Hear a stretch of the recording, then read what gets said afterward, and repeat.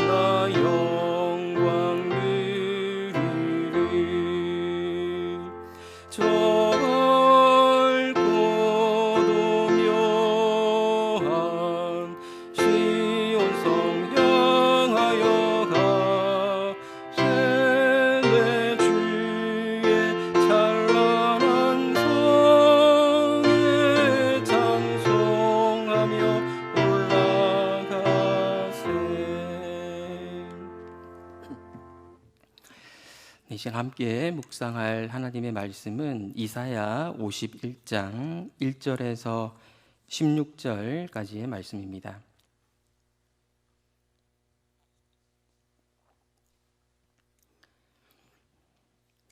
네, 1절부터 8절은 제가 설교 시간에 읽겠고요. 이 시간에 9절에서 16절만 우리 같이 교독하도록 하겠습니다. 9절부터 16절 말씀입니다.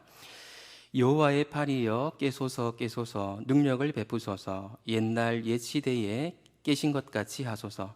라합을 점이시고 용을 찌르신 이가 어찌 주가 아니시며 바다를 넓고 깊은 물을 말리시고 바다 깊은 곳에 길을 내어 구속받은 자들을 건너게 하신 이가 어찌 주가 아니시니까.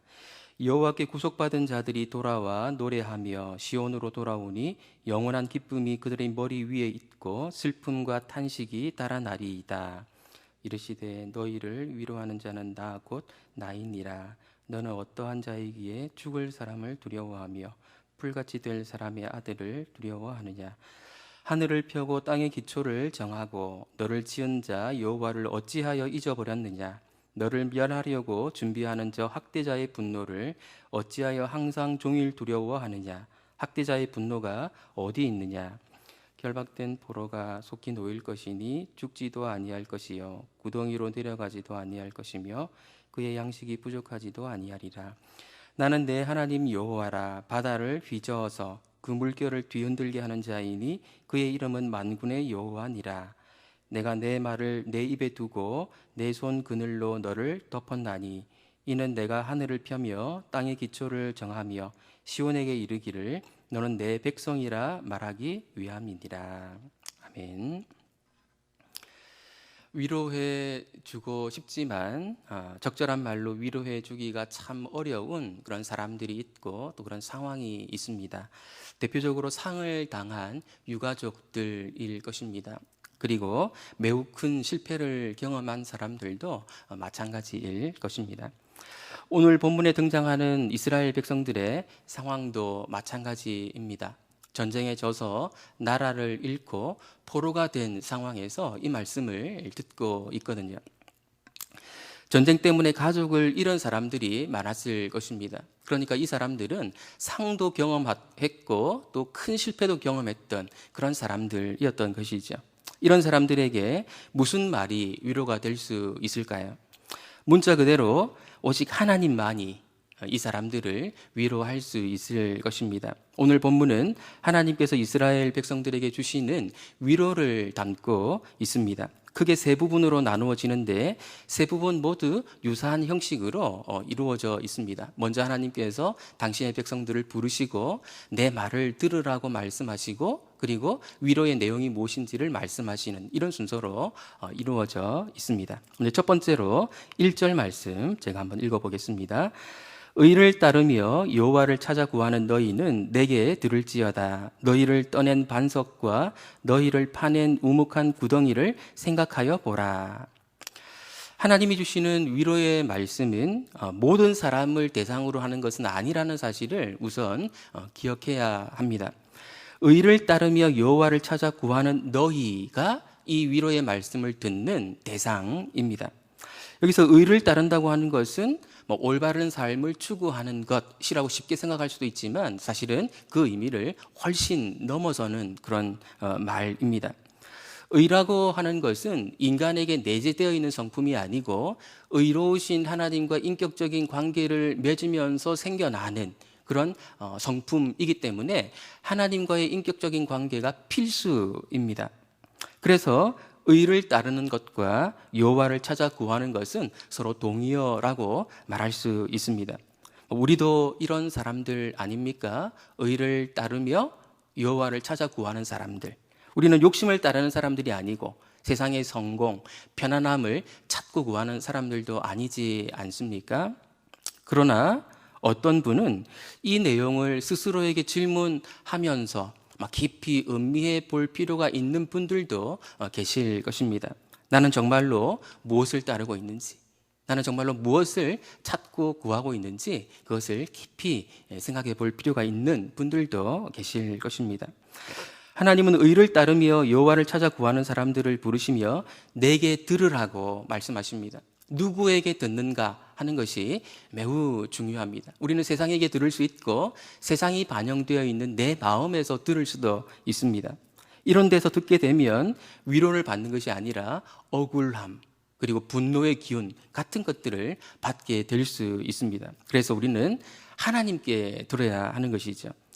처음에는 무슨 말인지 잘 못 알아들을 수도 있지만 알아듣기 위해 애쓰면서 귀 기울이는 습관을 자꾸 들여야 합니다. 이것이 하나님의 백성들이 추구해야 되는 그런 삶의 패턴이거든요.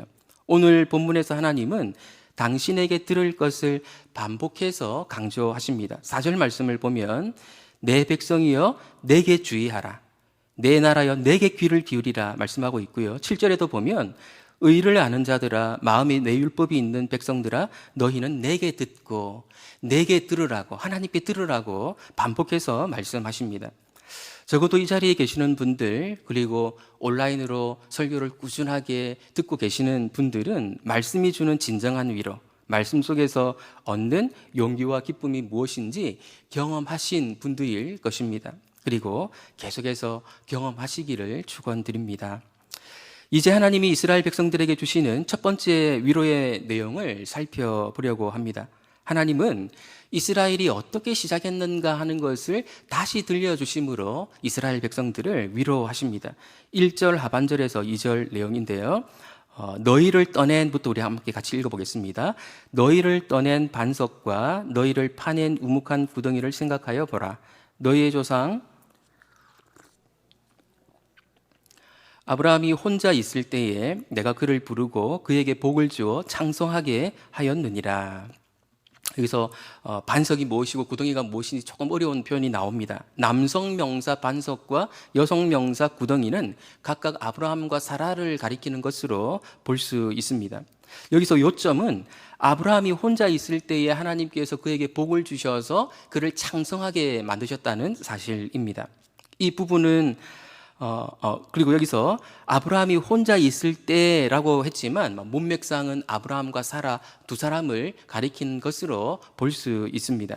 이 부분은 하늘의 별과 같이 많은 후손을 약속받았지만 아들 하나 얻지 못한 상황에서 꽤 오랜 세월을 보내야 했다는 사실을 우리가 잘 알고 있습니다.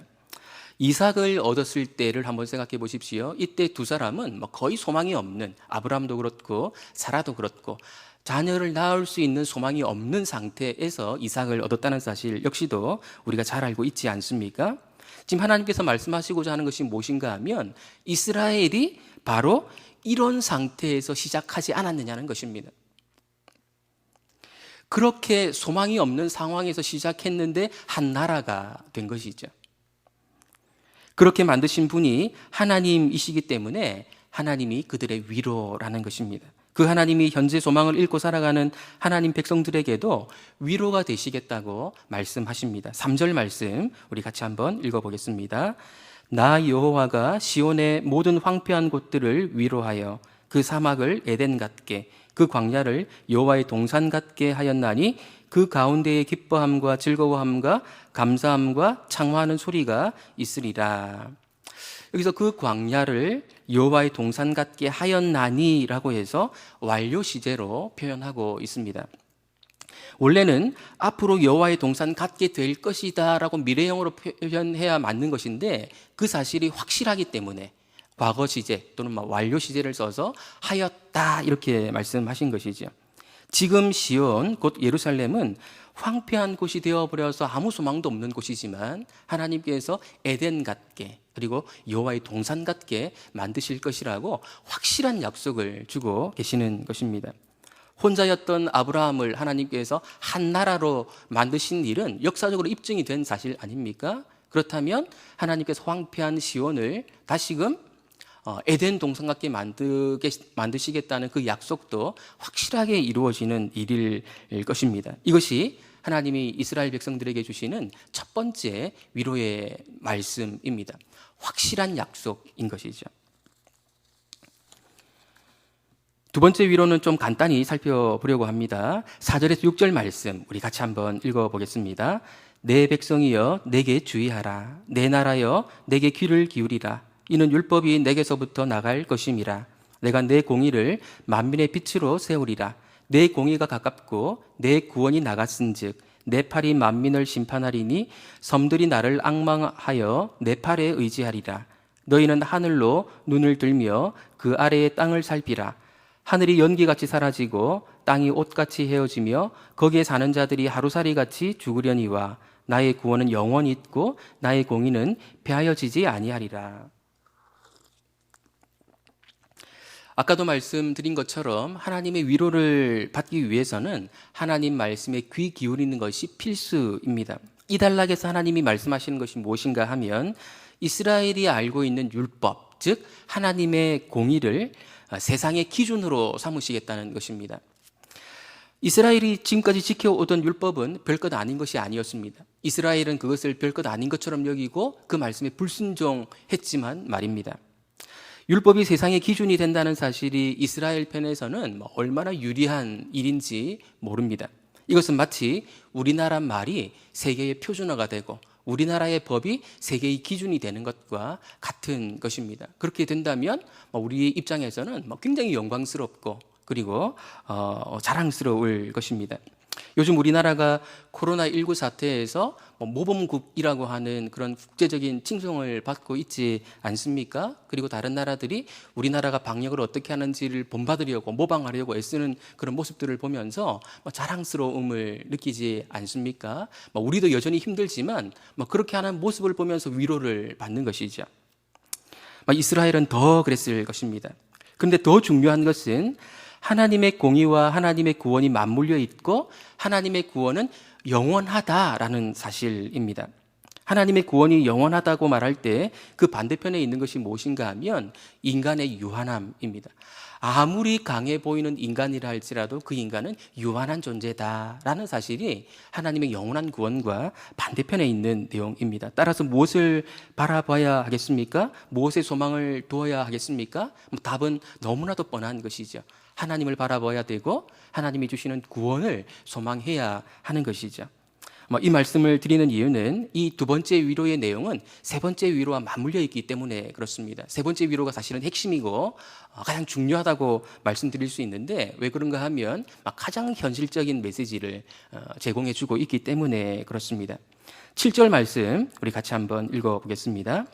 의를 아는 자들아, 마음에 내 율법이 있는 백성들아, 너희는 내게 듣고 그들의 비방을 두려워하지 말라. 그들의 비방에 놀라지 말라. 당시 이스라엘 백성들에게 있었던 가장 큰 문제가 무엇이었는가 하면 그들을 통치하고 있던 사람들에 대한 두려움이었습니다. 그 두려움이 너무나도 컸습니다. 물론 우리 시대에도 다른 형태의 두려움들이 있습니다. 미래에 대한 두려움이 있고 어떤 상황에 대한 두려움들이 있죠. 어쨌든 하나님의 백성들을 괴롭히는 것은 시대를 막론하고 두려움이라고 말할 수 있을 것입니다. 그런 상황 가운데 있는 사람들이 느끼는 또 다른 어려움이 있다면 그것은 심리적인 것인데 이런 상태가 영원히 지속될 것 같은 그런 불길한 기분일 것입니다. 이런 상황에서 하나님이 위로하시는데 위로의 출발점은 역시나 하나님께 듣는 것에서 시작이 됩니다. 하나님께 들어야 할 것이 무엇입니까? 간단하게 요약해서 말하면 그들, 바벨론의 통치자들을 두려워하지 말라는 것입니다. 그들을 두려워하지 말아야 되는 이유가 무엇입니까? 8절에서 간략하게 설명하고 있는데 이것을 12절에서 16절에 보다 자세하고 구체적으로 설명하고 있기 때문에 우리는 그 부분에 가서 그들을 두려워하지 말아야 되는 이유에 대한 하나님의 설명을 들어보려고 합니다. 그 사이에 들어있는 9절부터 11절에 나오는 내용은 하나님 백성들의 기도를 담고 있습니다. 바벨론의 통치자들을 두려워하지 말라는 메시지를 들은 하나님의 백성들의 기도가 9절부터 11절에 들어 있습니다. 근데 이 기도의 내용을 잘 보면 우리가 드리는 기도와 좀 많이 닮아 있다 이런 생각을 하게 될 것 같습니다. 우리 9절부터 11절의 내용을 다시 한번 같이 읽어보겠습니다. 여호와의 팔이여 깨소서 깨소서.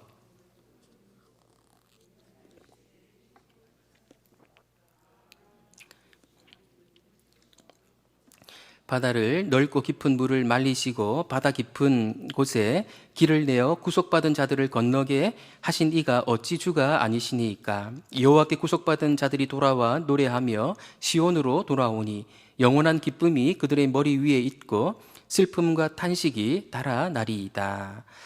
깨소서 깨소서라는 말은 다른 말로 가만히 계시지 말고 능력을 베풀어 달라는 것입니다. 이 기도 내용에는 고대 근동 사람이 생각하고 있던 창조의 개념, 창조 설화가 반영이 되어 있습니다. 그들은 창조가 라합, 용 같은 태고적 괴물들을 물리치는 과정을 통해서 만들어지게 되었다라고 생각하고 있었습니다.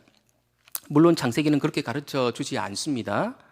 어쨌든 이 기도를 통해서 하나님의 백성들이 하나님을 창조주로 인정해 드리고 있다라는 사실을 우리가 발견할 수 있고, 그리고 출애굽의 역사를 일으킨 분으로 또한 인정해 드리고 있다는 사실을 우리가 발견할 수 있게 됩니다. 하나님은 창조주이시고 또 출애굽의 역사를 일으키신 분이신데 그 능력을 우리를 구출해내는 이 일에 다시 한번 발휘해 주십시오라고 기도하고 있는 것이죠.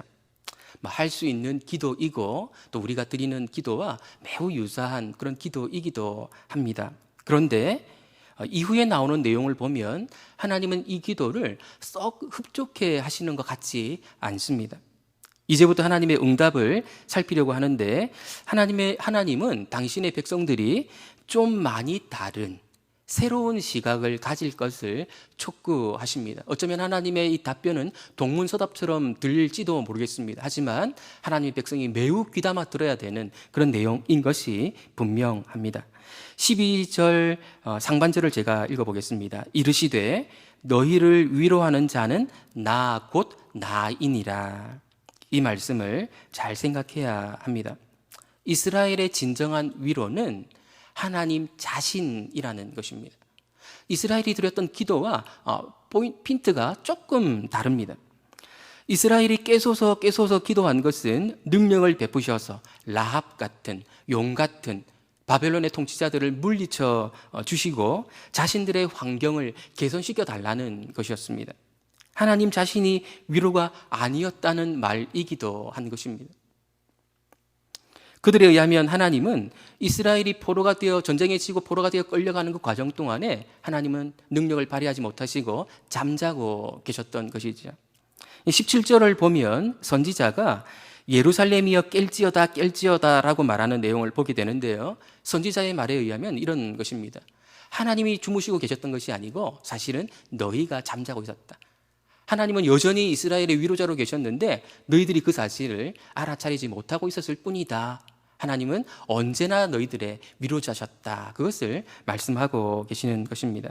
그러면서 하나님이 왜 이스라엘의 위로이신지를 설명하십니다. 이스라엘은 알아야 할 것이 두 가지가 있었습니다. 첫 번째는 무엇인가 하면 이스라엘이 어떤 존재인가를 알아야 됐고, 그리고 두 번째로는 이스라엘이 두려워하고 있는 바벨론의 통치자들이 어떤 존재인가를 알아야 했습니다. 이 두 가지를 제대로 안다면 그들은 두려움에 빠져 있을 필요가 없었습니다. 하나님이 왜 그들의 위로이신지를 깨달을 수 있었을 것입니다.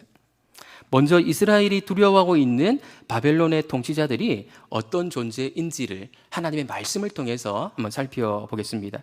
12절 하반절을 보면 너는 어떠한 자이기에 죽을 사람을 두려워하며 풀같이 될 사람의 아들을 두려워하느냐라고 말씀하십니다. 그들은 죽을 사람이라는 것입니다. 인간의 연약함을 가장 함축적으로 표현한 것이 죽을 사람이겠지요. 엄청나게 무시무시해 보이는데 보기만 해도 위축되는 것이 사실인데 사실은 그들은 죽어가고 있는 존재라는 것입니다. 여기서 죽을이라고 번역된 이 단어는 미완료 시제인데요. 히브리어가 이런 부분에서 좀 어렵습니다. 우리말에 없는 문법들을 갖고 있기 때문에 미완료 시제를 그대로 번역하면 계속해서 죽어가다 이런 뜻이거든요. 그러니까 죽을 존재, 죽을 사람이라고 하는 것은 계속해서 죽어가고 있는 사람이라는 뜻입니다. 사람을 바라보는 시각을 바꾸어 주시는 것이죠. 하나님의 시각으로 사람을 보라는 것입니다. 아무리 두렵게 만드는 무시무시한 사람이라 할지라도 그 존재는 죽어가고 있는 존재에 불과하다라는 것이죠. 전두환 씨를 보십시오. 한때는 너무 무시무시한 사람이었는데 얼마 전에 광주 법정에 갔다 오는 그런 모습들을 보니까 영락 없는 그런 할아버지 노인이더라고요. 또한 풀같이 될 사람의 아들이라고 표현하고 있습니다. 풀같이 된다라는 말을 직역하면 풀이 될 운명으로 정해져 있다라는 말입니다. 창조주께서 인간에게 본래적으로 연약함과 덧없음을 배정하셨다는 의미입니다. 그러니까 그런 풀 같은 존재, 그런 연약한 존재를 두려워할 필요가 없다는 것이죠. 13절도 같은 내용을 언급하고 있습니다. 하늘을 펴고 땅의 기초를 정하고 너를 지은 자 여호와를 어찌하여 잊어버렸느냐? 너를 멸하려고 준비하는 저 학대자의 분노를 어찌하여 항상 종일 두려워하느냐? 학대자의 분노가 어디 있느냐? 학대자의 분노가 무시해 보이지만 사실은 그들은 죽어가고 있는 자들이고 연약함으로 또 덧없음으로 배정된 그런 운명을 가진 존재에 불과하다는 사실을 말씀하고 계시는 것이죠. 이런 시각으로 무시무시한 사람들을 자꾸 보려고 애를 쓰게 되면 두려움이 점점 사라지지 않겠습니까? 하나님께서 요구하시는 것은 그런 시각의 전환입니다. 바벨론의 통치자들은 이런 존재인데 그렇다면 이스라엘은 어떤 존재일까요? 하나님은 이스라엘이 어떤 존재인가에 대해서 일깨워 주기를 원하십니다. 그런데 이스라엘이 어떤 존재인지를 알기 전에 하나님이 어떤 분이신가를 먼저 상기시켜 주십니다. 방금 읽었던 13절에서는 하나님이 창조주로 소개됐었는데 14절, 15절에서는 어떻게 소개되고 있을까요? 우리 14절, 15절을 같이 한번 읽어보겠습니다. 결박된 포로가 속히 놓일 것이니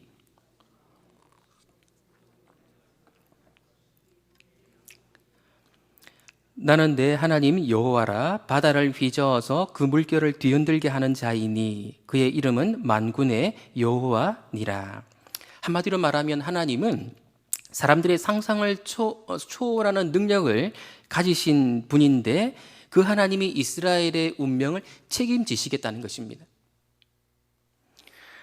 이스라엘을 어떻게 책임지시겠다는 것입니까? 포로가 되는 것도 막지도 못하시고 결국에 죽으면 끝이 아닙니까?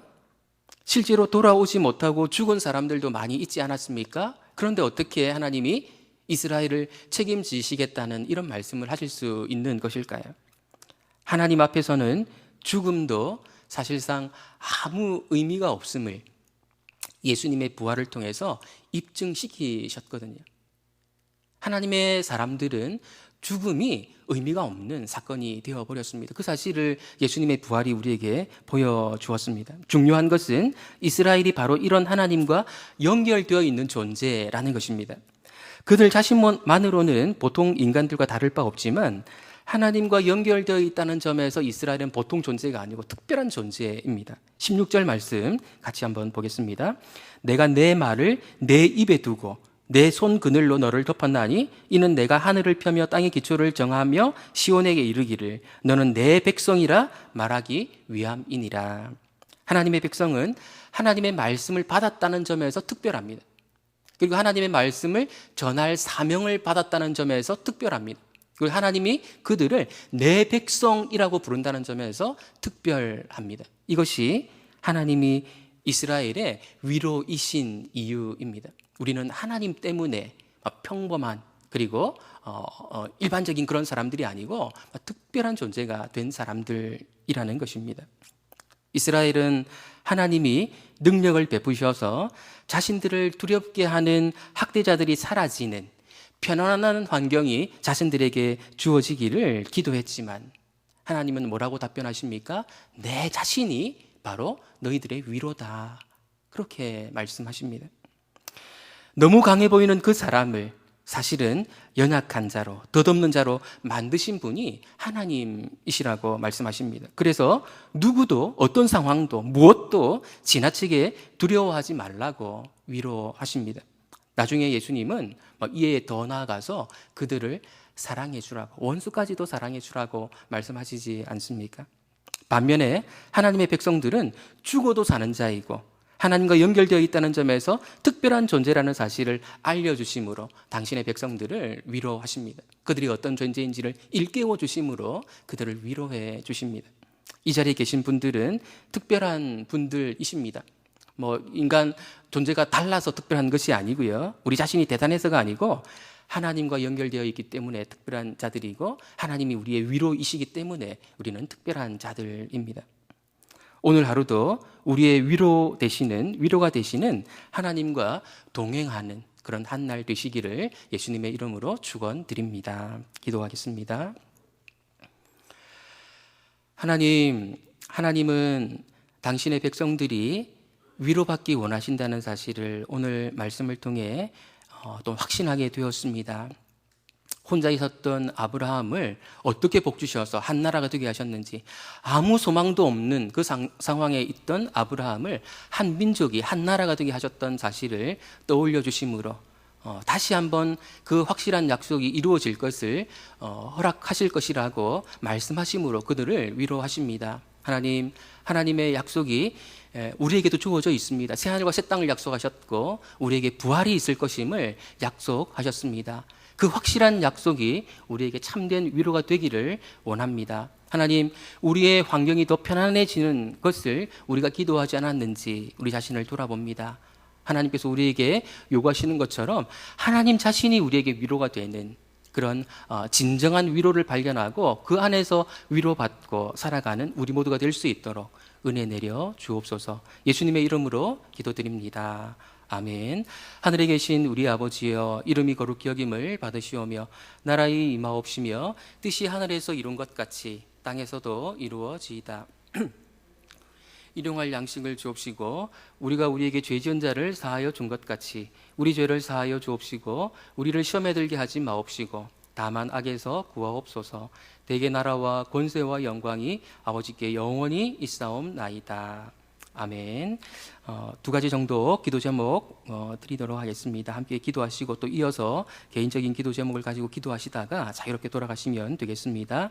하나님이 우리의 위로이심을 진정으로 고백하는 그런 이 시간, 또 그리고 오늘 하루가 되게 해달라고 기도하십시다. 그리고 코로나 감염이 또 확산될지 모르는 그런 위기가 오고 있는데 하나님 우리를 불쌍히 여겨달라고 기도하시고요. 또 지나친 두려움에 빠지지 않게 해달라고, 그리고 않겠노라고 함께 기도하도록 하겠습니다. 기도하시다가 자유롭게 귀가하시겠습니다.